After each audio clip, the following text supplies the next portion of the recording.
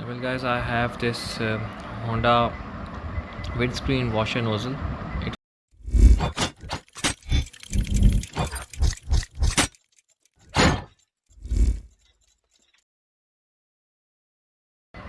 well guys, I have this Honda windscreen washer nozzle.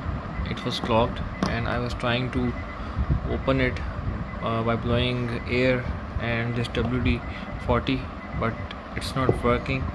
So in the last, what I did is I have this Honda air compressor, and I am putting this nozzle